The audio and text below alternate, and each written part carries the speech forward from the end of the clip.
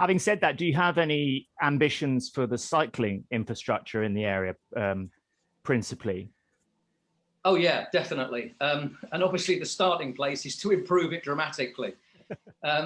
You know, Park Royal is the UK, never mind London, it's the UK's biggest industrial estate. And at the moment, let's be frank, I mean, the cycling facilities are very poor.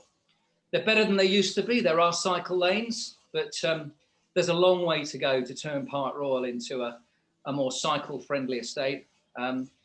We've got major sort of bottleneck junctions, not just in Park Royal, but Old Oak as well. A lot of heavy goods vehicle movements around.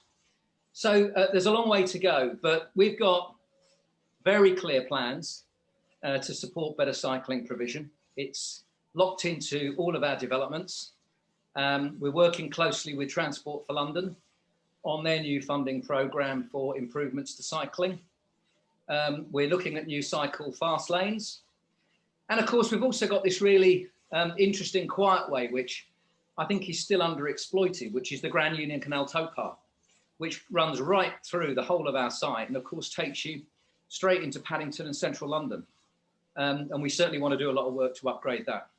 And just lastly for me for a moment, in terms of the cycleway along the canal, how do you think that should run vis-a-vis safety alongside pedestrians, and how that all works, the hierarchy of people walking along the canal path? Because it can be contentious, can't it?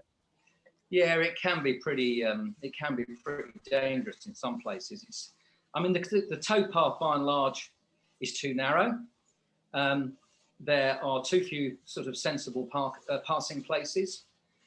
Too often it gets overgrown and there's too much fly tipping and litter dumping, which doesn't make it the easiest place to navigate.